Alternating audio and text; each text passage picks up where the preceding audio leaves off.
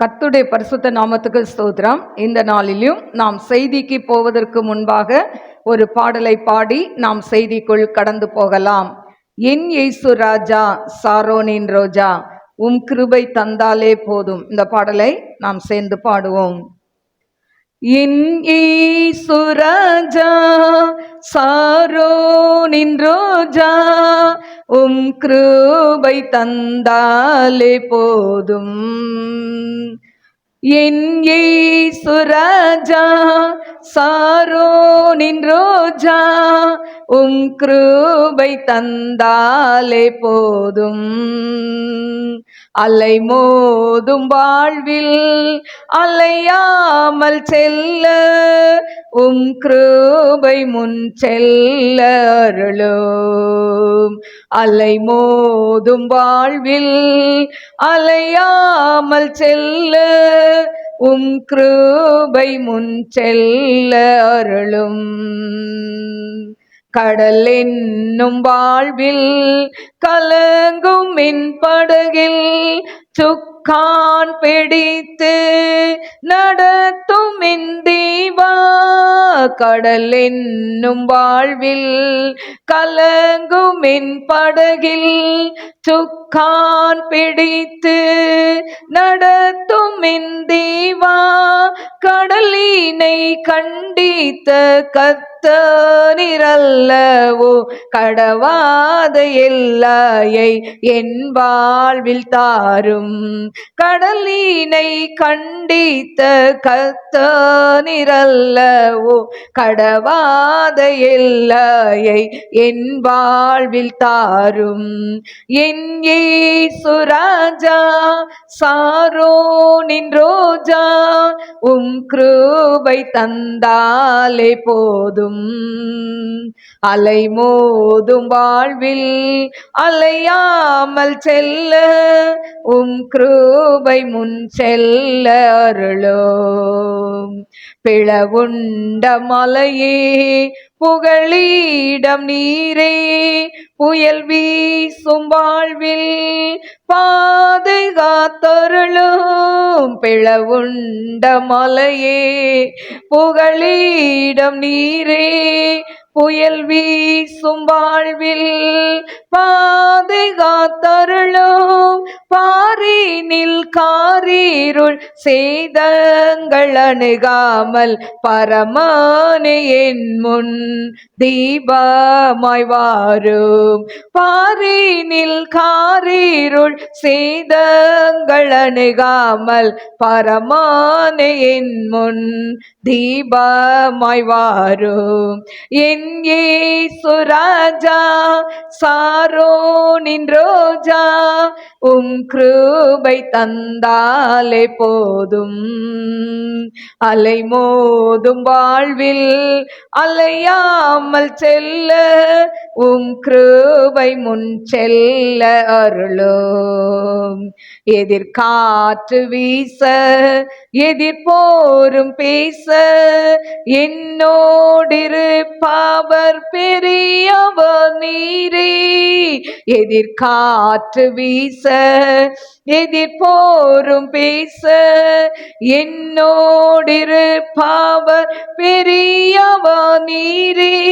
இயேசுவே யாத்திரையில் கரை சேர்க்கும் தேவன், என் ஜீவ படகே நங்கூரம் நீரே. இயேசுவே யாத்திரையில் கரை சேர்க்கும் தேவன், என் ஜீவ படகின் நங்கூரம் நீரே. என் இயேசு ராஜா, சாரோனின் ரோஜா, உம் கிருபை தந்தாலே போதும். அலை மோதும் வாழ்வில் அலையாமல் செல்ல உம் கிருபை முன் செல்ல அருளும். அலை மோதும் வாழ்வில் அலையாமல் செல்ல உம் கிருபை முன் செல்ல அருளும். ஸ்தோத்திரிக்கிறேன் ஆண்டவரே, மகா பரிசுத்தமுள்ள நல்ல தகப்பனே, உமக்கு ஸ்தோத்திரிக்கிறப்பா. ஆண்டவரே, இந்த வேளையிலும் கூட கத்தாவே அப்பா ஆண்டவரே என் இயேசு ராஜா சாரோனின் ரோஜா என்று சொல்லி பாடினோமே. ஆண்டவரே இன்னைக்கு அநேகருடைய வாழ்க்கை அலை பாய்ந்து கொண்டு இருக்கிறதப்பா. வாழ்க்கை எனும் படகு தத்தளித்து கொண்டு இருக்கிறதை பார்க்கிறோமே அப்பா. உம்மை நன்றியோடு ஸ்துதிக்கிற ஸ்தோத்திரிக்கிற ராஜா. இதை யூடியூப் மூலம் பார்க்கிறோமுடைய பிள்ளைகள் ஆண்டவரே மனதுல ஆண்டவரே அவங்க வாழ்க்கை படகு ஆண்டவரே அப்பா ஒருவேளை தத்தளித்து கொண்டு இருக்கலாம். கரை சேர்க்க யார் வருவார்கள் என்று சொல்லி கலங்கி கொண்டு இருக்கலாம். ஆண்டவரே உமக்கு ஸ்தோத்திரிக்கிறேன், துதிக்கிறேன் ஆண்டவரே. என் வாழ்க்கையில நான் எல்லாவற்றையும் இழந்து போய்விட்டேனே, என் கரத்துல ஒன்றுமில்லையே, நான் வெறும் கையாய் நிற்கிறேனே என்று சொல்லி கூட அங்கலாய்த்து இந்த இடத்துல வந்திருக்கலாம். ஆனால் கர்த்தர் உன்னை பார்த்து சொல்கிறார், நான் உன்னை வாளாக்காமல் தலையாக்குவேன், கீழாகாமல் மேலாவாய். ஓ ஹல்லேலூயா. ஓ ஷபலகதனை ஓ ரமாக்கரபா தீபாரபௌரியாக்கரபா. மலை போல இருக்கிற உன் கடன் பிரச்சனையை நான் பனியை போல லகுவாக்குவேன். ஓலிய சமரகச கர்பிஹோதனை. காற்றையும் காண மாட்டாய், மழையும் காண மாட்டாய், வாய்க்கால்கள் நிரப்பப்படும் என்று சொன்னது போல என் மகளே உன் தேவைகள் ஒவ்வொன்றையும் நான் சந்திப்பேன். ஓரிபி கரபா தீரபா. உனக்கு அது ஒரு மலை, ஆனால் ஓரபா தேவனுடைய பார்வையில் அது பனி என்று கர்த்தர் சொல்கிறார். ஐ கனா கர்பிஹோதனை ரஜபோலா கர்பிஹோதரை கரபா. ஆண்டவரே உமக்கு ஸ்தோத்திரிக்கிற. எதிர்காற்று வீசுதே அப்பா, படகு தத்தளித்து கொண்டு இருக்குதே. அநேகர் எதிர்த்து ஆண்டவரே பேசுகிற நபர்கள் ஆண்டவரே எங்களை அங்கலாய்க்கிறவர்கள், எங்களை ஆண்டவரை குறை சொல்கிறவர்கள், குற்றம் கண்டுபிடிக்கிறவர்கள் அப்பா உமக்கு ஸ்தோத்திரிக்கிற. இவர்கள் மத்தியில அப்பா வாழ்க்கை படகை ஆண்டவரை அப்பா ஓட்ட முடியாதபடி தத்தளித்து கொண்டு இருக்கிற இந்த வேளையில அப்பா நீர் ஆண்டவரை நங்கூரமாய் வருகிறதுக்காய் ஸ்தோத்திரிக்கிறப்பா.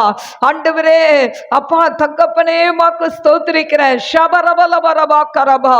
ஆண்டவராக இயேசு கிறிஸ்து உங்க வாழ்க்கை நங்கூரமாய் வரும் பொழுது ஆண்டவர் உங்க வாழ்க்கை படகை உங்க வாழ்க்கையில தத்தளித்து கொண்டு இருக்கிற உங்க வாழ்க்கையை கர்த்தருடைய கரத்தில் நீங்க கொடுக்கும் பொழுது கர்த்தர் அதை கரை சேர்க்க அவர் வல்லவராய் இருக்கிறார். எந்த மனிதனும் உன்னை கரை சேர்க்க முடியாது. எந்த நீ நம்பினவர்கள் உன்னை கரை சேர்க்க மாட்டார்கள். ஆனால் இயேசுவை நம்பி வந்தவர்கள் ஒரு நாளும் வெட்கப்பட்டு போவதில்லை. ஷபரபலிபரபா. நீ வெட்கப்பட்டு போவதில்லை மகளே. ரிகாதனை கரபா ஓரபா தீபா லபா கரபா ஓரபா லிபா கரபா தீரபா கரபா. ஓ வாழ்க்கையில எத்தனையோ காரியங்களை நீ இழந்து இந்த இடத்துல வந்து அமர்ந்திருக்கலாம். ஆனால் நீ இழந்து போனதை எல்லாம் என் தேவன் உனக்கு ரெட்டிப்பாய் தருவார். ஆன்லைன்ல இதை கேட்டுக்கொண்டிருக்கிற உனக்கு ஆண்டவர் ரெட்டிப்பாய் தருவார். நீ எதையெல்லாம் இழந்து நிற்கிறாயோ, சரீர சுகம், உன்னுடைய பொருளாதாரம், உன்னுடைய அதாவது வேலைகள், உன்னுடைய வியாபாரம், இழந்து போன எல்லாவற்றையும் கர்த்தர் ரெட்டிப்பாய் தருவேன் என்று சொல்கிறார். ஹல்லேலூயா. கியாபா லபா ரபா தீபா ரபா கரபா. நன்றி ஆண்டவரே. அடிமையுடைய சிலுவை நிழலுக்குள்ள மறைத்து நீங்க பேசுங்கப்பா. ஒரு மனுஷியுடைய சத்தத்தை அல்ல, தேவ சத்தத்தை பிள்ளைகள் கேட்கட்டும். இயேசுவின் நாமத்தில் கேட்கிறேன் பிதாவே, ஆமென். இந்த நாளிலும் அதாவது அடங்கி இருங்கள் என்கிற தலைப்பில் ஒரு செய்தியை நாம் கேட்க போகிறோம். என்னடா எடுத்த உடனே அடங்கி இருக்க சொல்றாங்களே அப்படின்னு சிலருக்கு கஷ்டமா இருக்கும். ஆனா யாருக்கு அடங்கி இருக்கணும்? தேவனுக்கு அடங்கி இருக்க வேண்டும். அதை குறித்து தான் நம்ம இன்றைக்கு செய்தியை பார்க்க போகிறோம். 1 பேதுரு 5:6. ஆகையால் ஏற்ற காலத்திலே தேவன் உங்களை உயர்த்தும்படிக்கு அவருடைய பலத்த கைக்குள் அடங்கி இருங்கள். ஆகையால் ஏற்ற காலத்திலே தேவன் உங்களை உயர்த்தும்படிக்கு அவருடைய பலத்த கைக்குள் அடங்கி இருங்கள். அல்லேலூயா. ஆண்டவர் வந்திருக்கிறவங்களை பார்த்து சொல்றாரு, அடங்கிரு.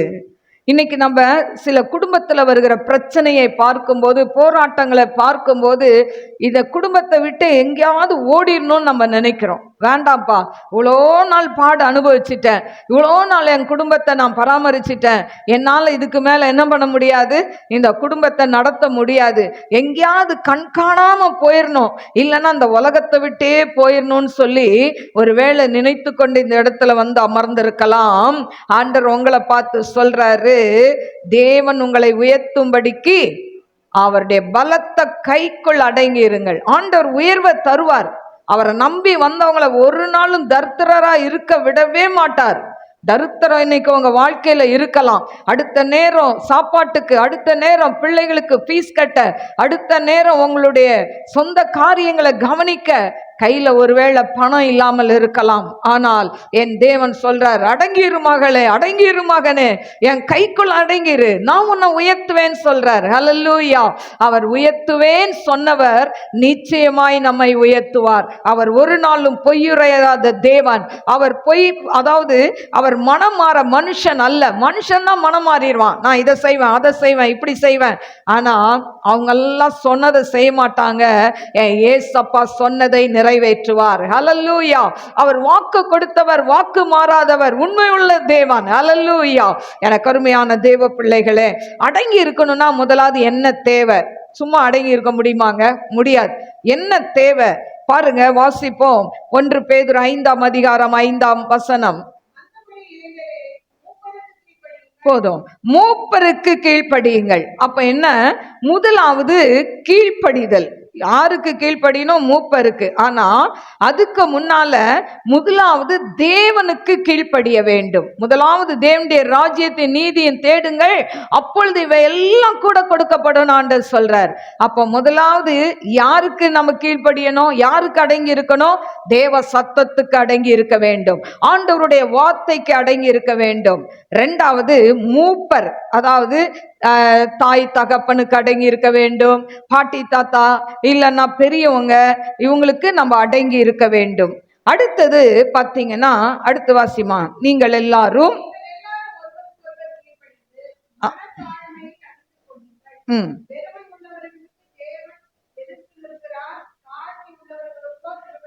அடுத்தது அடங்கி இருக்கணும்னா முதல் கீழ்ப்படிதல் வேணும். எல்லாத்துக்குமே கீழ்ப்படிதல் இல்லாம நம்ம உயர முடியவே முடியாது. அப்போ தேவனுக்கு ஃபுல்லா சரண்டர், கீழ்ப்படியணும். ரெண்டாவது ஒருவருக்கொருவர் கீழ்ப்படியுங்கள். கணவன் மனைவிக்கு கீழ்ப்படிய வேண்டும். கீழ்ப்படியணும்னா அடிமை கிடையாது, அடிமை சாசனம் கிடையாது, அன்புக்கு கீழ்ப்படியணும். அன்பா சொல்லணும். கணவன் ஆனாலும் மனைவி ஆனாலும் ஒருத்தர் அன்பா என்ன பண்ணணும்? காரியங்களை சொல்லணும். அப்போ கணவன் ஒரு வார்த்தை சொன்னா மனைவி கீழ்ப்படியணும். ஃபார் எக்ஸாம்பிள் பார்த்தீங்கன்னா, ஒரு சிலருக்கு ட்ரெஸ்ஸில் இப்படிதான் இருக்கணும் அப்படின்னு அவங்களுக்கு இருக்கும், அவங்க மைண்ட் செட்டப். சிலருக்கு சாரி தான் பிடிக்கும், சிலருக்கு சுடிதார் தான் பிடிக்கும் இல்ல. அப்போ கணவனுக்கு என்ன பிடிக்குதோ அதை தான் கட்டணும். அப்ப நீங்க கேட்கலாம், அப்ப நாங்க என்ன அடிமையா? எங்களுக்குன்னு ஒரு ஆசை இருக்காதா? இருக்கும். ஆனாலும் அவங்க சொல்றத அவங்கள ப்ளீஸ் பண்ணிட்டீங்கன்னா குடும்பத்துல பிரச்சனை வராது. அப்போ இது ஒரு எக்ஸாம்பிளுக்கு தான் சொல்றேன். இதை மாதிரி இன்னும் அநேக காரியங்கள். கணவன் ஒரு இடத்துக்கு போவாதம்மா, அவங்களோட பேசாதம்மா அப்படின்னு சொன்னா சரிங்க அப்படின்னு விட்டுட்டீங்கன்னா குடும்பத்துல பிரச்சனை வராது. அதே போல மனைவி சொல்றதையும் கணவன் நிச்சயமா என்ன பண்ணணும்? கேட்கணும். ஏன்னு சொன்னா 2 பேரும், அதுதான் இங்க கொடுத்திருக்கு, ஒருத்தருக்கு ஒருத்தர் கீழ்ப்படியுங்கள். ஒருத்தர் மட்டும் கீழ்ப்படிங்கன்னு சொல்லல, கணவனும் கீழ்ப்படியணும். அப்போ கணவன் செய்கிற சில காரியம் மனைவிக்கு பிடிக்காமல் இருக்கும் பொழுது மனைவி இதை செய்யாதீங்கன்னு சொன்னா கணவன் கட்டாயம் கீழ்ப்படிஞ்சுதான் ஆகணும். ஹல்லேலூயா. ஏன்னா 2 பேரும் ஒரே மாம்சம். அப்போ 2 பேருமே என்ன பண்ணணும்? சரிம்மா, உனக்கு பிடிக்கலையா? நான் விட்டுறேன். குடிக்கிறது பிடிக்கலையா? விட்டுறேன். இல்லை மற்றது இது மாதிரி இந்த இடத்துக்கு போகாதீங்க, இவங்களோட பேசாதீங்க அப்படின்னு நீங்கள் சொல்லும்போது அவங்களும் அதுக்கு என்ன பண்ணணும்? கீழ்ப்படியணும். அப்பதான் குடும்பத்துல சமாதானம் வரும். மூன்றாவது அடுத்தது பார்த்தீங்கன்னா தாழ்மை. தாழ்மை இருக்கணும். நம்ம அடங்கி போகணும்னா நமக்குள்ள தாழ்மை இல்லைன்னா அடங்கி போக குணம் வரவே வராது. நீங்க என்ன சொல்றது, நான் என்ன கேட்கறது? ஆனா எஸ்தர் ராஜாத்தி பாருங்க, அவ மொர்தகாய் கிட்ட வளர்ந்தா, வளர்ப்பு தகப்பன் சித்தப்பான்னு வச்சுக்கோங்களேன், வளர்றா. ஆனா அந்த அவருடைய பராமரிப்புல வளர்க்கும் பொழுது எப்படி கீழ்ப்படிந்தாலோ அதே போல அவ நாட்டின் இளவரசியாய் ராணியாய் மாறின பிறகும் அவ கீழ்ப்படுகிறான். அப்போ அவளுக்குள்ள என்ன இருக்கு? தாழ்மை. செத்தாலும் சாகிறேன், நான் ராஜாட்ட போறேன்னு சொல்றா மொர்தெகாய் கிட்ட. அப்போ எனக்கு அருமையான தெய்வ பிள்ளைகளே, அந்த தாழ்மை நமக்குள்ள இருந்தாதான் கணவன் ஒண்ணு சொன்னா அதை கேட்க சொல்லும். இல்ல ஒரு தடவை அவங்க சொல்லிட்டாங்களா, இது என் வீட்டுக்காருக்கு பிடிக்காது, ஸோ இதை நான் செய்ய மாட்டேன் அப்படின்னு மைண்ட்ல வச்சுக்கிட்டு என்ன பண்ணணும், அடுத்த நேரம் செய்யணும். சிலருக்கு பாருங்க, வீடு நீட்டா இருக்கணும் சில கணவன்மார்களுக்கு, ஆனா அவங்க ஒரு இன்ச்சு கூட எடுத்து நவுட்ட மாட்டாங்க. இல்ல இப்படி இருக்கிற காப்பி டம்ளர் எடுத்துட்டு போய் கிச்சன்ல போட மாட்டாங்க. ஆனா அவருக்கு என்ன இருக்கணும், வீட்டுக்குள்ள வந்தா வீடு அப்படியே நீட்டா இருக்கணும். ஆனா பிள்ளைங்க நீட்டா வைக்குமா? வைக்காது. என்ன பண்ணும், இங்க ஒரு புக்கு அங்க ஒரு புக்கு இல்ல பொம்மைங்க இறைச்சி போட்டு தான் வைக்கும். அப்போ கணவனுக்கு நீட்டா இருந்தாதான் பிடிக்கும்னா அவர் வர டைம்ல என்ன பண்ணியிருக்கணும், நீட் பண்ணியிருக்கணும். அவர் கிடக்கிறாரு, அவர் கத்தி எப்பவும் கத்துவாரு, இதுவும் கத்திட்டு போட்டோம், அப்படி இருக்கக்கூடாது. சரியா? அப்போ நமக்குள்ள அந்த ஒரு தாழ்மை இருந்தாதான், ஒரு அன்பு இருந்தாதான் என்ன பண்ணோம், சரி ஐயோ வரப்போறாரு, நம்ம என்ன பண்ணிடணும், வீடெல்லாம் நீட் பண்ணிடணும், அந்த ஒரு எண்ணம் நமக்குள்ள வரும். அடுத்தது பெருமை. நமக்குள்ள பெருமை இருந்தா அடங்கி போகவே மாட்டோம். அதாவது இப்ப அடிக்கடி கணவன் மனைவிக்குள்ள என்ன பிரச்சனை வரும், நீனா உங்க அம்மா வீட்டுல இருந்து எடுத்துட்டு வந்தியா, இவர் வாங்கி வைப்பாரு சில காரியம், ஏங்க வேஸ்டா செலவு பண்றீங்க, நீ நான் உங்க அப்பா கொடுத்தாரா, இல்ல உங்க அம்மா வீட்டுல இருந்து எடுத்துட்டு வந்தியா அப்படின்னும் போது பெண்களுக்கு கோபம் வரும்ல. அப்போ அந்த பெருமையான ஒரு பேச்சு என்ன பண்ணக்கூடாது, பேசக்கூடாது. சில பெண்கள் சொல்லுவாங்க, நான் தான் எங்கள் அம்மா வீட்டிலேருந்து எல்லாத்தையும் எடுத்துகிட்டு வந்தேன், கட்டில் பீரோ அது இது வீட்டுக்கு தேவையான அத்தனையும் நான் எடுத்துகிட்டு வந்தேன், நீங்களா வாங்கி கொடுத்தீங்க அப்படின்னு கேட்குற மனைவிமாரும் இருக்கிறாங்க. அப்படியும் கேட்கக்கூடாது. அம்மா அப்பா வாங்கி கொடுத்தாலும் அவங்க அன்புல வாங்கி கொடுக்குறாங்க, அதை என்ன பண்ணக்கூடாது, கணவன்கிட்ட பெருமையா பேசக்கூடாது. ஹல்லேலூயா. ஏன்னு சொன்னா நேபுகாத்நேச்சார் சொன்னாரு, நான் கட்டிய மகா பாபிலோன் சொன்ன மாத்திரத்துல மாடு மாதிரி புல்ல மேய்ஞ்சான்னு பைபிள்ல இருக்கு. ஹல்லேலூயா. பெருமை உள்ளவருக்கு தேவன் என்ன பண்றாரு, எதிர்த்து நிற்கிறார். ஸோ நம்ம என்ன பண்ணக்கூடாது, பெருமைப்படக்கூடாது. அடுத்தது நம்ம அதாவது அடங்கி இருக்கணும்னா ஜெபம் தேவை. 5வது பாயிண்ட் ஜெபம். முதல் சொன்ன கீழ்ப்படிதல், 2வது ஒருத்தருக்கு ஒருத்தர் கீழ்ப்படியணும், 3வது நமக்குள்ள தாழ்மை இருக்கணும், 4வது பெருமை இருக்கக்கூடாது, 5வது ஜெபம். தானியேலை போல ஜெபம் இருக்கணுங்க. அந்த ராஜா அதாவது ராஜாவை தவிர யாரையும் வணங்கக்கூடாது அப்படின்னு நாட்டுல சட்டத்தை மீறி அவன் என்ன பண்றான், 3 வேளையும் அவன் ஜெபிக்கிறவனாயிருந்தான். அந்த ஜெப வாழ்க்கை நமக்குள்ள இருக்கணும். யாருக்காகவும் நம்ம வாழக்கூடாது, நமக்காக வாழணும். நமக்கும் ஆண்டவருக்கும் உள்ள உறவு. ஐயோ இவங்க பார்த்துருவாங்களா, அவங்க ஏதாவது சொல்லுவாங்களா, நம்ம ஜெப சத்தம் வெளியே கேட்டுட்டா ஏதாவது சொல்லுவாங்களா அப்படின்லாம் நினைக்காதீங்க. நம்ம வீடு, நமக்கு என்ன இருக்கு, உரிமை இருக்கு. அதுக்குன்னு ரொம்ப கூச்சல் போட்டு கை தட்டினா என்ன நினைப்பாங்க, ஐயோ இது உள்ள என்ன பண்ணுதோ, பேய் பிடிச்சி ஆடுதா அப்படின்னு நினைச்சிருவாங்க. அப்படியும் இல்லை. ஆனா நம்ம என்ன பண்ணணும், ஜெபிக்கணும். ஒவ்வொரு நாளும் உங்க ஜெப சத்தம் வெளியில கேட்கணும், ரோட்ல போறவங்களுக்கு கேட்கணும். இந்த வீட்டுல பாரு எப்ப பாரு ஜெப சத்தம் கேட்குது, எப்ப பாரு பாட்டு சத்தம் கேட்குது, இவங்க ஒரு கிறிஸ்தவர்கள் என்று மற்றவர்கள் சொல்லணும். அப்படி இல்லாம வெளியே போறவங்க வரவங்க நம்ம வீட்டுல டமால் டிமில்னு பாத்திரம் உருண்டு, இங்க இருக்க பாத்திரம் அங்க பறந்ததுன்னா என்னடா இதுங்கெல்லாம் கிறிஸ்தவங்களா இதுங்கெல்லாம் அப்படின்னு திட்டிட்டு போவாங்க. ஆண்டவருடைய நாமம் தூஷிக்கப்படும். அடுத்தது வேத வாசிப்பு. 6வது பாயிண்ட் வேத வாசிப்பு. டெய்லி வேதத்தை வாசிக்கணும். நம்ம எப்படி சாப்பிட்றோம்ல, 3 வேளையும் சாப்பிடாம இருக்கிறோமா, இல்லை ஒரு வேளை சாப்பிடலனாலும் 2வது டபுளா சாப்பிட்டுருவோம். ஆனா வேதத்தை என்ன பண்ணணும், டெய்லி வாசிக்கணும்.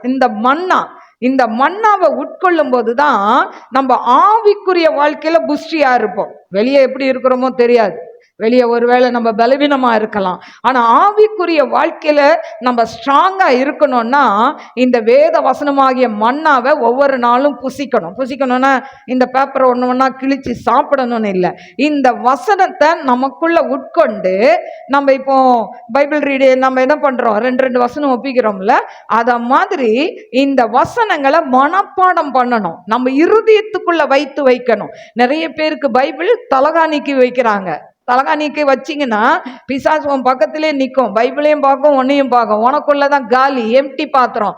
அது என்ன பண்ணும்? போகாது. என கருமையான தேவ பிள்ளைகளே, வேத வசனத்தை மண்டையில நிக்குதோ நிக்கலையோ படிச்சு என்ன பண்ணுங்க, உள்ள வச்சுக்கோங்க. அது என்னைக்காவது ஒரு நாள் உதவும், என்னைக்காவது ஒரு நாள் உங்க மூளையில இருந்து அது வேலை செய்யும்.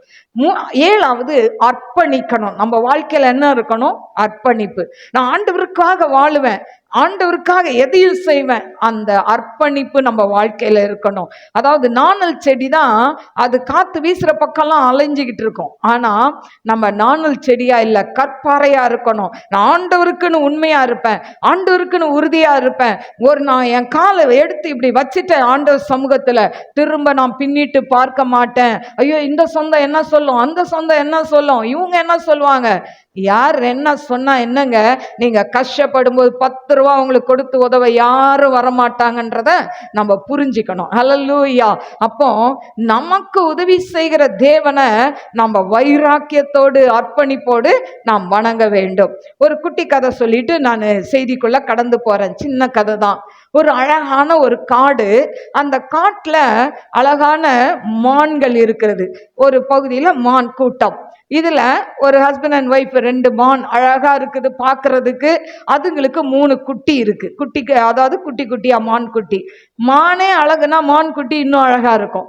இப்போ 3 குட்டி போட்டுட்டு இதுங்க என்ன பண்ணும், காட்டுல போய் இதுங்களுக்கு இறை தேடிட்டு வந்து இதுங்களுக்கு கொடுக்கும்.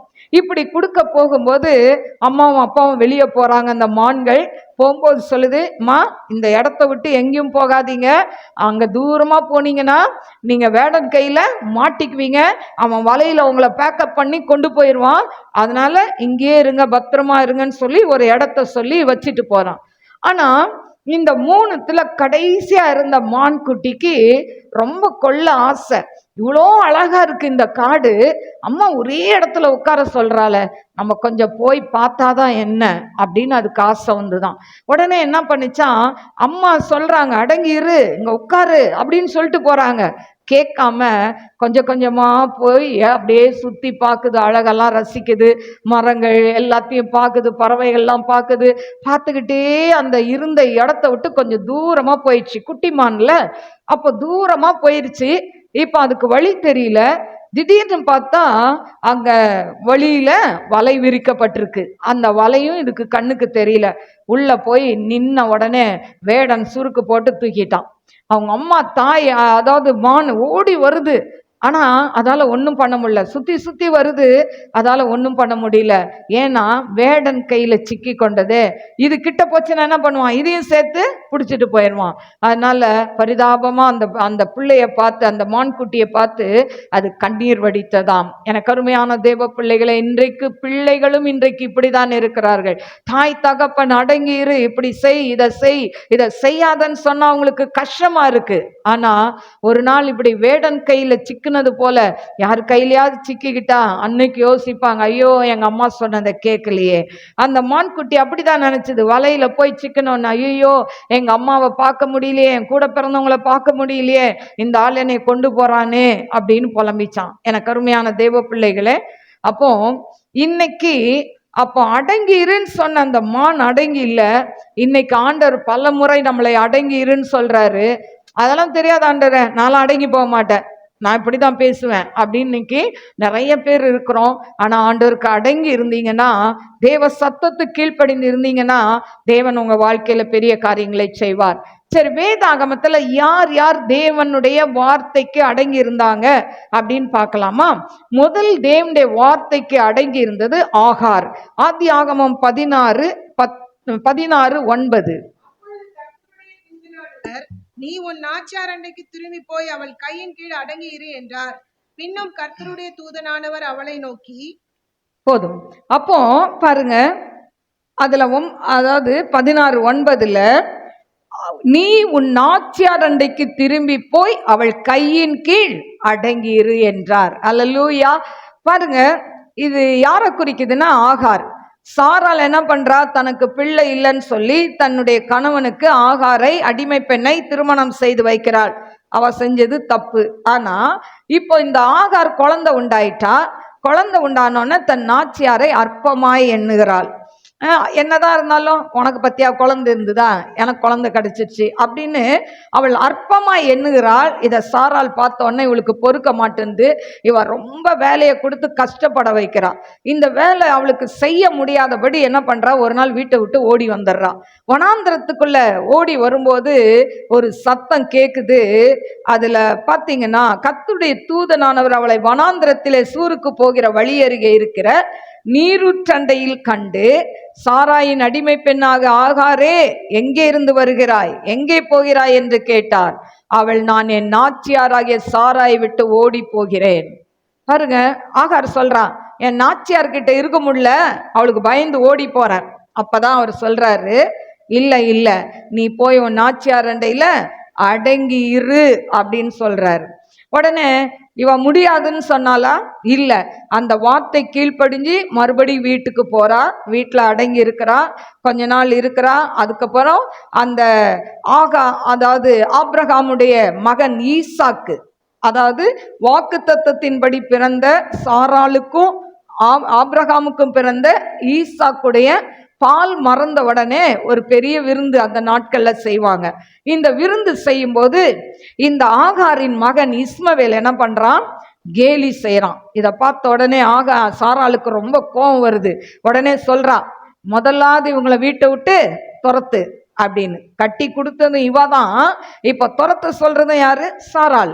இப்போ துரத்துன்னு சொன்னோன்ன அந்த வார்த்தை ஆபிரகாமுக்கு விசனமா இருந்ததாம். ஆண்டவர் சொல்றாரு, அப்பா உன் மனைவி பேச்ச கேள். அல்லேலூயா. அதான் சொன்னேன், ரெண்டு பேருமே ஒருத்தருக்கு ஒருத்தர் கீழ்ப்படியணும். நீ உன் மனைவி பேச்ச கேட்டு தானே அவளை கல்யாணம் பண்ண, நான் தான் வாக்கு கொடுத்தனே, உனக்கு ஒரு ஈசாக்க தருவேன் அப்படின்னு சொன்னனே. வானத்து நட்சத்திரத்தை பார், கடற்கரை மணலை பார், பூமியின் தூளை பார், இதெல்லாம் என்ன கொடுமானா நீ என்னன்னு சொன்னனே. அப்போ திரளான ஜனங்களை தருவேன்னு சொன்ன, நீ நம்பாம உன் மனைவி பேச்ச கேட்டு நீ என்ன பண்ண, ஆகார மணந்தல்ல. மனைவி பேச்ச கேட்கணும், கணவன் பேச்ச கேட்கணும். சில இதுல வேண்டாத காரியம் சொல்லும்போது கேட்கக்கூடாது. இப்போ பார்த்தீங்கன்னா, அப்போ இப்படிலாம் நீ மணந்தல்லப்பா, நீ கல்யாணம் பண்ணிக்கிட்டல, இப்போ அவ பேச்ச கேளு, நீ வீட்டை விட்டு போ சொல்லு. அப்போ அந்த காலத்துல பார்த்தீங்கன்னா, அடிமை பெண்ணா எவ்வளோ நாள் அடிமையா வேலை செய்கிறவங்களுக்கு அவங்க போகும்போது இவ்வளோ நாள் வேலை செஞ்சாங்களே அதுக்கு பணம் அதெல்லாம் கொடுக்க மாட்டாங்க. அவங்கள போனா போயிடணும், அவ்வளோதான். அப்போ இந்த ஆபிரகாம் பாருங்க, ஒரு துருத்தி தண்ணி கொஞ்சோண்டு வழிக்கு தேவையானதை கொடுத்து அனுப்பி விட்டுட்டார். இப்போ இவ இதை கொண்டு போய் பிள்ளையும் கூட்டு போறா. வனாந்திரத்துல தண்ணி இல்லாம தாகத்துல அவ தவிக்கும் போது அவ அழுறா. பிள்ளையின் சத்தத்தை கேட்டு ஆண்டவர் சொல்றாரு, அங்க இருந்த நீரூற்றை அவள் கண்கள் கண்டதை பார்க்கிறோம். எனக்கு அருமையான தேவ பிள்ளைகளே, அப்ப அந்த வனாந்திரத்துல தேவன் ஒரு நீரூற்றை உண்டாக்குகிறார். இன்னைக்கும் நம்முடைய வனாந்திரமான வாழ்க்கையில நம்ம அடுத்து என்ன செய்வது என்று தெரியாமல் திகைக்கும் பொழுது அந்த வனாந்திரத்துல தேவன் நமக்கு ஒரு நீரூற்றை தருவார். நம் கண் மறைக்கப்பட்டிருக்கு, ஆனா ஆண்டவர் தருவார். அல்லேலூயா. பாருங்க, இப்படி தந்த உடனே ஆண்டவர் அதுக்கப்புறமா அந்த தூதன் என்ன சொல்லி வாழ்த்துறான் பாருங்க. 10:11 வாசி. 16:10-11. அவளை நோக்கி, உன் சந்ததியை மிகவும் பெருக பண்ணுவேன், அது பெருகி எண்ணி முடியாததாய் இருக்கும் என்றார். பின்னும் கர்த்தருடைய தூதனானவர் அவளை நோக்கி, நீ கர்ப்பவதியாய் இருக்கிறாய், ஒரு குமாரனை பெறுவாய், கர்த்தர் உன் அங்கலாய்ப்பை கேட்டபடியினால் அவனுக்கு இஸ்மவேல் என்று பெயரிடுவாயாக. அவன் துஷ்ட மனுஷனாய் இருப்பான், அவனுடைய கை எல்லாருக்கும் விரோதமாகவும் எல்லாருடைய கையும் அவனுக்கு விரோதமாகவும் இருக்கும், தன் சகோதரர் எல்லாருக்கும் எதிராக குடியிருப்பான் என்றார். பாருங்க, அவனை பத்தி ஒரு ஹிஸ்டரிய சொல்லி முடிச்சிட்டார். அவன் எப்படி இருப்பான், அவன் உன் சந்ததியை மிகவும் பெருக பண்ணுவேன், அது பெருகி எண்ணி முடியாத இருக்கும். இஸ்மவேலர்கள்னா இன்னைக்கு யாருன்னு நமக்கு தெரியும்ல. பாருங்க, அவங்க நம்மை காட்டிலும் அவங்க பலத்து இருக்கிறார்கள். அவர்கள் என்ன பண்ணியிருக்காங்க, ஆசீர்வாதமா இருக்கிறத நம்ம பார்க்கிறோம். அப்போ ஆண்டவர் அன்னைக்கே என்ன பண்ணிட்டாரு, ஆசீர்வதிச்சிருக்கிறத. அவன் துஷ்டனா இருப்பான், துஷ்ட மனுஷனா இருப்பான்னு சொல்லப்பட்டிருக்கு.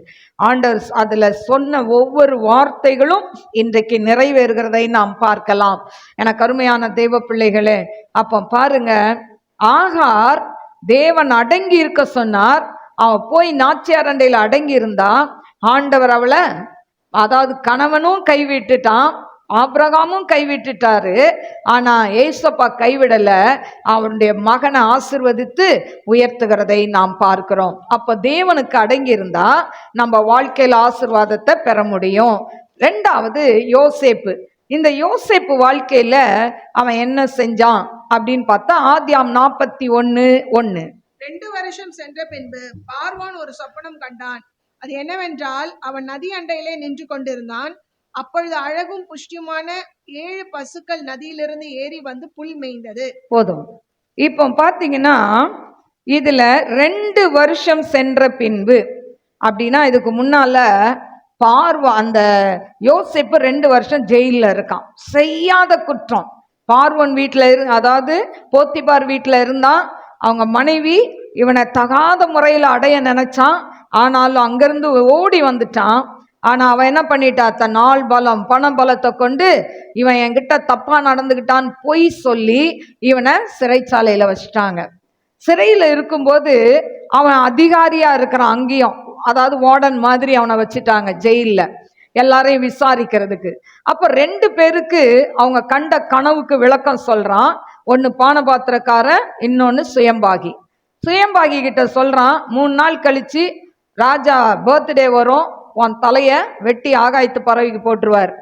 பானபாத்திரக்காரங்கிட்ட சொல்றான், 3 நாளைக்கு கழிச்சு அவன் ராஜா பிறந்த நாள் வரும்போது நீ மறுபடி ராஜாக்கு பானபாத்திரக்காரனா வேலையில நியமிக்கப்படுவ.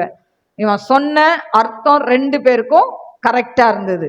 அப்போ இந்த யோசேப்பு சொல்றான் பானபாத்திரக்காரனை பார்த்து, நீ வாழ்ந்திருக்கும் போது என்ன பண்ணாத, மறந்துடாத. ஏன்னா நான் செய்யாத குற்றத்துக்கு ஜெயில இருக்கிறேன்ப்பா, நீ வெளியில போய் என்ன பண்ணிடாத, என்னை மறந்துடாத. இன்னைக்கு நம்மள நிறைய பேர் மறந்துடுறாங்கல்ல, தூக்கி எறியவும் செஞ்சிடறாங்கல்ல. அப்படியே நம்ம மேல பாசமா அன்பா இருக்கிறது போல பழகுவாங்க. உங்களை விட்டு போகவே மாட்டோம், உங்களோட இருப்போம், என்னென்னவோ சொல்லுவாங்க. கடைசியில தேடி பார்த்தா ஒருத்தரும் நிக்க மாட்டாங்க. அதே மாதிரிதான் இந்த யோசேப்ப பார்த்தீங்கன்னா அந்த பானபாத்திரக்காரன் மறந்துட்டான், 2 வருஷம் மறந்துட்டான். ஆனா ஆண்டவர் மறப்பாரா? அவர் மறக்காத தேவன். பாருங்க, இவனை எப்படியாவது வெளியே கொண்டு வரணும்னு ஆண்டவர் பார்த்தாரு. இப்ப பார்வோன் ராஜாக்கு சொப்பனத்தை கொடுத்தார். சொப்பனத்தை கொடுத்து அவன் கலங்கி கொண்டு இருக்கும்போது அவன் சொல்றான், 9ஆம் வசனம் அதிலே பார்த்தீங்கன்னா 49. அப்பொழுது பானபாத்திரக்காரரின் தலைவன் பார்வோனை நோக்கி, நான் செய்த குற்றம் இன்றுதான் என் நினைவில் வந்தது. பார்வோன் தம்முடைய ஊழியக்காரர் மேல் கடுங்கோபம் கொண்டு என்னையும் சுயம்பாகிகளின் தலைவனையும் தலையாரிகளின் அதிபதி வீடாகிய சிறைச்சாலையில் வைத்திருந்த காலத்தில் நானும் அவனும் ஒரே ராத்திரியில் வேறொரு பொருள் கொண்ட சொப்பனம் கண்டோம் அப்படின்னு சொல்லி அவன் சொப்பனத்தெல்லாம் சொல்றான். அப்போ அவன்கிட்ட அவன் என்ன பண்ணுவான், அந்த எபிரேய பிள்ளையாண்டான் ஜெயில இருக்கிறான், அவனை கூட்டு வந்தா விளக்கம் சொல்லிடுவான்னு சொல்லி அவன் பானபாத்திரக்காரன் 2 வருஷம் கழிச்சு சொல்றான். ஆனா ஆண்டவர் பாருங்க, அவனை வெளியே கொண்டு வந்தார், ராஜாக்கு முன்னால நிறுத்தினார், ராஜாக்கு சொப்பனத்துக்கு பதில் சொன்னான். ஆண்டவர் அவனை அதாவது பார்வோன் மூலமாய் எகிப்து முழுமைக்கும் தேவன் அதிகாரியாய் மாற்றினார். ஆதியாம் 41:41 43 வீட்டுல போய் பாருங்க. எகிப்துக்கு முழுமைக்கும் அந்த யோசேப்பை அதிகாரியாய் மாற்றுகிறதை பார்க்கிறோம். எனக்கு அருமையான தேவ பிள்ளைகளே, இன்னைக்கு ஒருவேளை உங்க பிரச்சனையை கண்டு நீங்க கலங்கி கொண்டு இருக்கலாம், போராட்டத்தை கண்டு கலங்கி கொண்டு இருக்கலாம், ஐயோ நான் எப்படி வாழ்வது என்று கலங்கி கொண்டு இருக்கலாம். இவன் ஏன் இப்படியெல்லாம் இவன் வாழ்க்கையில இவன் அடங்கி இருந்ததுக்கு ஒரு காரணம் என்னன்னா, ஆதியாம் 37:5-9 இவன் கண்ட சொப்பனம் சொல்றான். என் அரிக்கட்டு நிமிர்ந்து இருந்தது, என் அண்ணெல்லாம் என்னைய வணங்கி நின்னாங்க, அவங்க அரிக்கட்டெல்லாம் வணங்கி இருந்தது. அப்படின்னா என்ன அர்த்தம், நான் நிப்பேன், நீங்களாம் என்னைய குனிஞ்சு வணங்குவீங்க. இன்னொரு கனவு கண்டா, சூரியன் சந்திரன் 11 நட்சத்திரங்கள். இந்த சூரியனும் சந்திரனும் அவங்க அப்பா அம்மா, நட்சத்திரம் அவங்க அண்ணன் வச்சுக்கோங்களேன், இதெல்லாம் வணங்கி நிக்குது. இவனை சொல்றான். உடனே இந்த 2 கனவை கண்டது நிமித்தம் இவனை அவங்க அண்ணன்மார்கள்லாம் பகைச்சாங்க, அவனை குழியில தூக்கி போட்டாங்க, இஸ்மவேலத்தை வித்தாங்க, அங்கிருந்து போத்திபார்ட்ட போனா, ஜெயிலுக்கு போனா. ஏன் இதெல்லாம் பொறுமையா அவன் சகித்தான் என்று சொன்னால், ஏன் அடங்கி இருந்தான் அப்படின்னு சொன்னா, அவன் கண்ட சொப்பனம் நிறைவேறுவதற்காக. ஆண்டவர் எல்லாரை காட்டிலும் அவனை ஆசீர்வதித்து வைப்பேன்னு சொன்னது நிச்சயமாய் நிறைவேறிச்சு. அவங்க அண்ணன்களாம் இவனை வந்து என்ன பண்ணாங்க, ஐயோ எங்க நாட்டுல தானியம் இல்லை அப்படின்னு இவன் தம்பிதான் தெரியாமலே இவனை என்ன பண்ணாங்க, குனிந்து பணிந்தார்கள் என்று வேதத்தில் பார்க்கிறோம். எனக்கு அருமையான தேவ பிள்ளைகளை, இன்னைக்கு உங்க கூட பிறந்தவங்க உங்களை தூக்கி எறிஞ்சிட்டு போகலாம், உங்களை வேண்டான்னு நிராகரிச்சுட்டு போகலாம். ஆனா நாள் ஒன்று வரும், அவர்கள் மத்தியில் அவங்களை உயர்த்தி ஆசீர்வதிப்பார். ஹல்லேலூயா. மூன்றாவது ஒரு நபர் எலியா. 2 சொன்ன, ஆகார் தேவனுடைய வார்த்தைக்கு கீழ்ப்படிந்தா, யோசேப்பு தன்னுடைய சொப்பன நிறைவேறும்படியாய் அவன் அடங்கி இருந்தான். எலியா அவன் பாருங்க ஆண்டவருக்கு அடங்கி இருந்ததை பார்க்கிறோம். 1 ராஜாக்கள் 17:3. நீ இவ்விடத்தை விட்டு கீழ் திசையை நோக்கி போய் யோர்தானுக்கு நேராய் இருக்கிற கேரித் ஆற்றண்டையில் ஒளித்துக் கொண்டிரு. கேரித் ஆற்றண்டையில் ஒளித்துக் கொண்டிரு. அப்ப ஆண்டவர் சொல்றார், ஏன்னா நாட்டுல பஞ்சம், மழை பெய்யல, நாட்டுல மழை பெய்யல, சாப்பாடு இல்லை. ஆண்டவர் சொல்றார், கேரித் ஆற்றங்கரையில போய் ஒளிச்சிக்கோ, உன்னை மறைச்சி உட்காரு. ஆற்றங்கரையில எப்படி ஒளிச்சுக்கிட்டு இருந்தான்னு தெரியல. ஆனா ஆண்டவர் வார்த்தை சொன்னதுக்கு அவன் கீழ்ப்படிஞ்சு அவன் ஒளித்து கொண்டிருந்தான் என்று சொல்லப்பட்டிருக்கு. பாருங்க, இப்படி ஒளித்து கொண்டு இருக்கும்போது ஆண்டவர் காகங்களை அனுப்பி அவனுக்கு சுட சுட அப்பத்தையும் இறைச்சியும் கொண்டு வந்து கொடுக்க வைக்கிறார். அல்லேலூயா. காக்கா எங்கன்னா கொடுக்குமாங்க? பட்சிக்கிறவனிடத்திலிருந்து பட்சணத்தை கொடுக்கிற தேவன் நம் தேவன். பாருங்க, உங்களுக்கு யாரெல்லாம் பணம் கொடுக்க மாட்டேன்னு சொல்றாங்களோ, திருப்பி கொடுக்க மாட்டேன் வாங்கிட்டு எத்தனையோ வருஷம் ஏமாத்தலாம், ஆனா அவங்கள கொடுக்க வைப்பார். அல்லேலூயா. பாருங்க, காக்கா கையில இருக்கத பறித்து கொண்டு போகும். ஆனா இப்போ என்ன பண்ணுது அதே காக்கா, அது எப்படிதான் கொண்டு வந்து, அதுவும் இறைச்சி கறியை போய் எப்படி சாப்பிடாம, அதுக்கு வாயெல்லாம் அதுக்கு எப்படி ஆசை இருந்திருக்கும்ல, ஆனா அந்த அப்பத்தையும் இறைச்சியும் அங்க கொண்டு வச்சுட்டு பறந்து போயிடுச்சான். அப்போ அவன் கீழ்ப்படியாவிட்டால், தேவனுக்கு அடங்கி இல்லாவிட்டால் அப்பமும் கறியும் கிடைச்சிருக்காது. அவன் ஒளித்து கொண்டு இல்லாமல் அவன் அந்த ஆற்றங்கரையில ஒலாத்திக்கிட்டு இருந்தானா, இவன் தலையை பார்த்தோன்னே காக்கா என்ன பண்ணும், நிக்குமா? ஆளை பார்த்தா நிக்காது, போய்கிட்டே இருந்திருக்கும். ஆனா கர்த்தர் சொன்ன வார்த்தைக்கு எலியா கீழ்ப்படிந்தான். அடுத்தது 17:9. நீ எழுந்து சீதோனுக்கு அடுத்த சாரிபாத் ஊருக்கு போய் அங்கே தங்கியிரு, உன்னை பராமரிக்கும்படிக்கு அங்கே இருக்கிற ஒரு விதவைக்கு கட்டளையிட்டேன் என்றார். ஆண்டவர் பாருங்க, காக்காவை கொண்டு போஷிக்கிறாரு. அடுத்தது பஞ்ச காலத்துல எங்க போ சொல்றாரு? விதவை வீட்டுக்கு போ, நான் உன்னை போஷிப்பேன்றாரு. அப்ப பாத்தீங்கன்னா ஒரு விதவை வீட்டுக்கு போகும்போது எப்படிங்க இருக்கும்? நல்லா பணக்காரங்க வீட்டுக்கு போ சொன்னா பரவாயில்ல, விதவை வீட்டுக்கு. அப்போ ரொம்ப என்ன பண்றான், ஆண்டுட்டு ஒண்ணுமே கேட்கல, உடனே கீழ்ப்படிஞ்சு அப்பவும் போறான். அப்போ எனக்கு அருமையான தேவ பிள்ளைகளே, ஆண்டவருடைய வார்த்தைக்கு அடங்கி நடந்தால் நம் வாழ்க்கையில இயற்கைக்கு அப்பாற்பட்ட அற்புதத்தை தேவன் செய்வார். அப்போ இந்த இடத்துல பாருங்க, இவன் போறான், அங்க போனா அந்த அம்மா என்ன பண்றாங்க, விறகு பொறுக்கிறாங்க. எதுக்கு? 2 அடை சுட்டு அவங்களும் அவங்க பையனும் சாப்பிட்டு சாகணும், இதுதான் அவங்க பிளான்.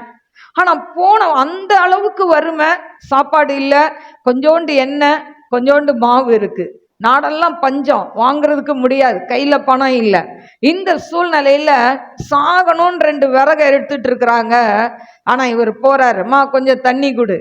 உடனே என்ன பண்றாங்க, தண்ணி எடுக்க போறாங்க. அப்படியே வரும்போது எனக்கு ஒரு அடை கொடுத்துருமா. அவரு பாருங்க எப்படி கேட்கிறாருல, நம்மனா என்ன சொல்லுவோம், இவர் பாரு தண்ணி கேட்டா சாப்பிட கேட்கிறாருன்னு. ஆனா அவ சொல்றான், நானும் என் பையனும் சாப்பிட்டு சாகிறதுக்கு 2 விறகு பொறுக்கிற அப்படின்னா நான் சொன்னபடி நீ போய் செய்யின்ட்டார். இவ போய் செஞ்சு எடுத்துட்டு வரும்போது தான் சொல்றாரு, பஞ்சகாலம் தீரு மட்டும் மாவும் எண்ணெயும் குறைஞ்சி போவாது உன் கலசத்துல இருந்து அப்படின்னு சொல்றார்.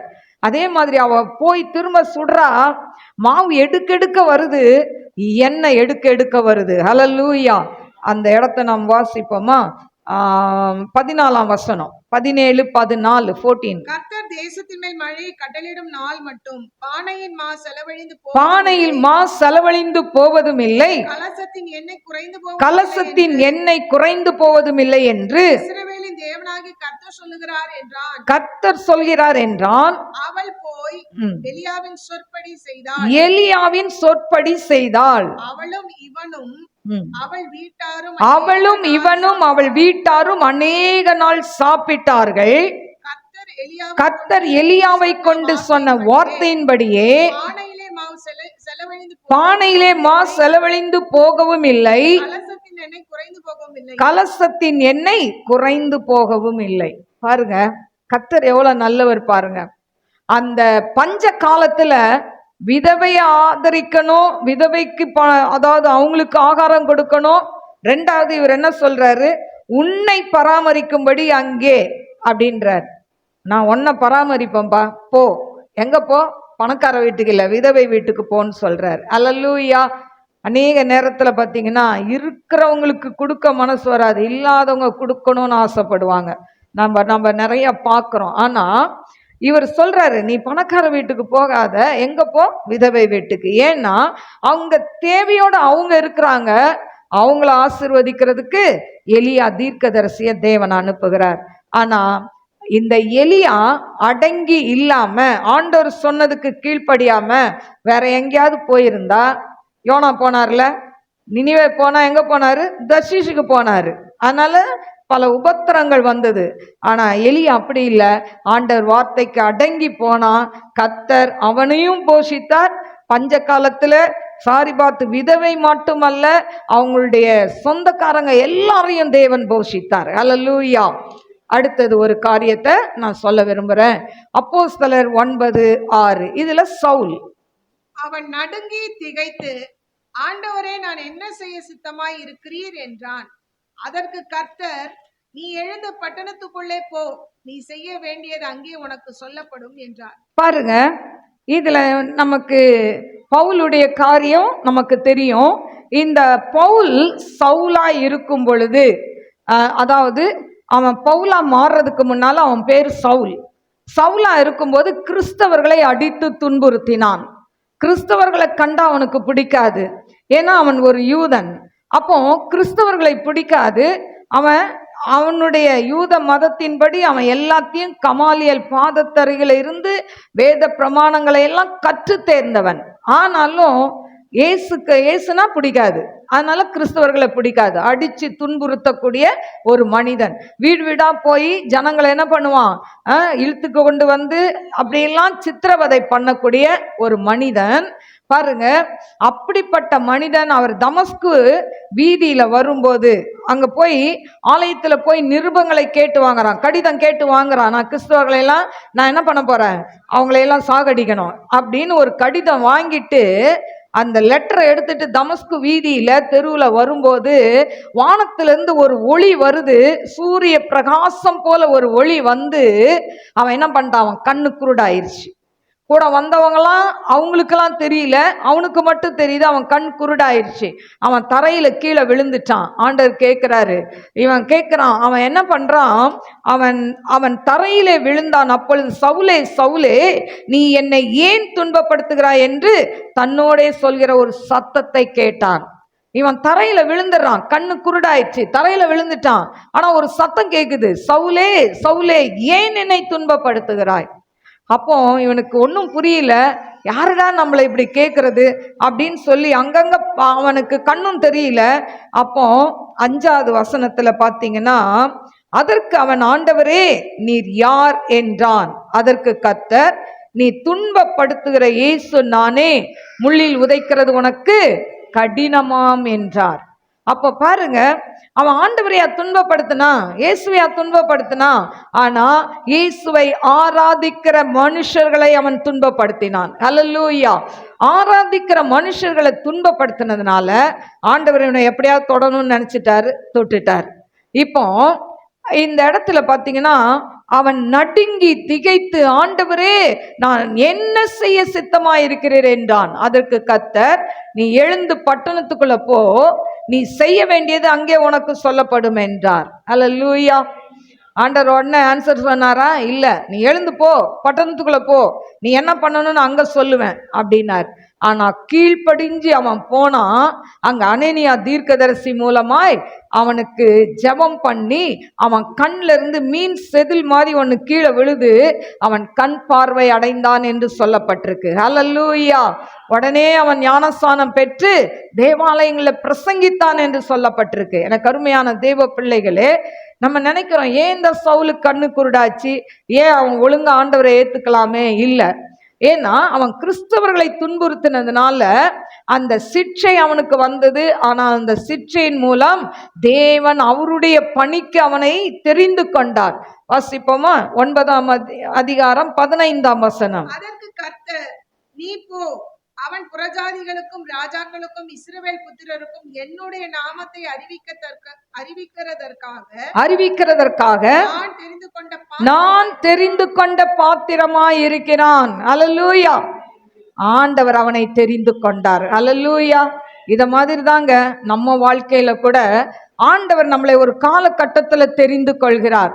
இன்றைக்கு நான் இங்க நின்று பேசுறேன்னா, நான் ஒரு நாள் அதாவது ஆர்சி பேக்ரவுண்ட்ல இருந்த என்ன ஆண்டவர் அங்கிருந்து தூக்கி எடுத்து ஆண்டவர் இன்றைக்கு ஊழியத்தை செய்யும்படியாய் வைத்திருக்கிறார். சில பிரச்சனைகளை கொடுத்து, சில போராட்டங்களை கொடுத்து, குடும்பத்தில் செய்வன காரியங்களை கொடுத்து ஆண்டவர் என்னை ரட்சிக்க வைத்தார். அதனாலதான் இன்னைக்கு கர்த்தர் நல்லவர் என்பதை பிரசங்கித்து கொண்டு இருக்கிறேன். கருமையான தேவ பிள்ளைகளே, அதனால நம்முடைய வாழ்க்கையில வர சின்ன சின்ன போராட்டங்கள், பிரச்சனைகளை கண்டு கலங்காதீங்க. இவைகள் மத்தியில கர்த்தர் உங்களுக்கென்று ஒரு திட்டத்தை வைத்திருக்கிறார், ஒரு நோக்கத்தை வைத்திருக்கிறார். அது நிச்சயமாய் நிறைவேறும் என்பதில் சந்தேகமே இல்லை. ஹல்லேலூயா. அதனால இன்னைக்கு நம்ம அடங்கி இருக்கணும்னா நம்ம என்னென்ன செய்யணும்னு சொல்லி முதல் சொன்னேன். யாரெல்லாம் அடங்கி இருந்தாங்க, அதனால் அவங்க பெற்ற ஆசீர்வாதம் என்னன்னு சொல்லி நம்ம வேதத்தின் வாயிலாக இன்றைக்கு நாம் பார்த்தோம். நாமும் கர்த்தருடைய வார்த்தைக்கு அடங்கி இருப்போம். ஏற்ற காலத்துல தேவன் உங்களை உயர்த்தும்படிக்கு அவருடைய பலத்த கைக்குள் அடங்கி இருங்கள். அடங்கி இருந்தீங்கன்னா ஆண்டவர் ஆசீர்வதிப்பார். கர்த்தருக்கு மட்டுமல்ல, உங்க குடும்பத்துல கணவனுக்கு மனைவி அடங்கி இருக்கணும், மனைவிக்கு கணவன் அடங்கி இருக்க வேண்டும், பிள்ளைகள் பெற்றோர்களுக்கு அடங்கி இருக்க வேண்டும். இப்படி இருந்தா குடும்ப வாழ்க்கையும் சமாதானமாயிருக்கும். நாம் கண்களை மூடி நாம் செபிப்போம். ஸ்தோத்திரிக்கிறேன் ஆண்டவரே, மகா பரிசுத்தமுள்ள நல்ல தகப்பனே, உம்மை நன்றியோடு ஸ்துதிக்கிறவர தீரபா லபாக்கரபா ரீபாக்கரபா தீபா லபா ரபாக்கரபா உரிபா பாபா பாபா பாபா ரீக்கரபலபரபலபரபா தீபா ரபாக்கரபா. ஆவியானவரே, மக்கள் ஸ்தோத்திரிக்கிறப்பா, அடங்கி இருங்கள் என்று சொல்லி இன்றைக்கு ஆண்டவரே வேதத்தை தியானித்தோம். ஆண்டவரே, இந்த வார்த்தையின்படி ஏசப்பா ஆண்டவரே நீங்க அற்புதத்தை செய்யுங்கப்பா. உங்க பிள்ளைகளுடைய வாழ்க்கையில் அற்புதத்தை செய்யுங்க அப்பா. உங்களுடைய வார்த்தைக்கு கீழ்ப்படிந்து அடங்கி இருக்கும் பொழுது என்ன ஆசீர்வாதத்தை பெற்றுக்கொண்டார்கள் என்று சொல்லி ஆண்டவரே அப்பா வேதத்தின் வாயிலாக நாங்க பார்த்தோம். ஆண்டவரே, இதை கேட்டுக்கொண்டிருக்கிற அன்பு சகோதர சகோதரிகளை கண்ணோக்கி பாருங்கப்பா. யூடியூப்ல பார்த்து கொண்டிருக்கிற அருமையான பிள்ளைகளை கண்ணோக்கி பாருங்கப்பா. அவங்களுடைய தேவைகள் எல்லாவற்றையும் சந்திங்க ஏசப்பா. எல்லா கடன் பிரச்சனை விடுதலையை கொடுங்கப்பா. அவங்க கையிட்டு செய்கிற பிசினஸ்ல தேவக்கரம் இருக்கட்டும் ஆண்டவரே. நன்றி ஆண்டவரே, உடைய அன்பின் கரத்துல தாழ்த்தி ஒப்பு கொடுக்கிறப்பா. நீங்க பொறுப்பெடுத்துக் கொள்ளுங்க, வழி நடத்துங்க. ஆவியானதாமே பெரிய காரியங்களை செய்யுங்கப்பா. ஆண்டவரே மாக்கு ஸ்தோத்திரம். ஒவ்வொரு குடும்பத்திலே சமாதானம், சந்தோஷம், ஐக்கியத்தை கட்டளையிடும். கணவன் மனைவிக்குள்ள சமாதானத்தை கொடுங்கப்பா.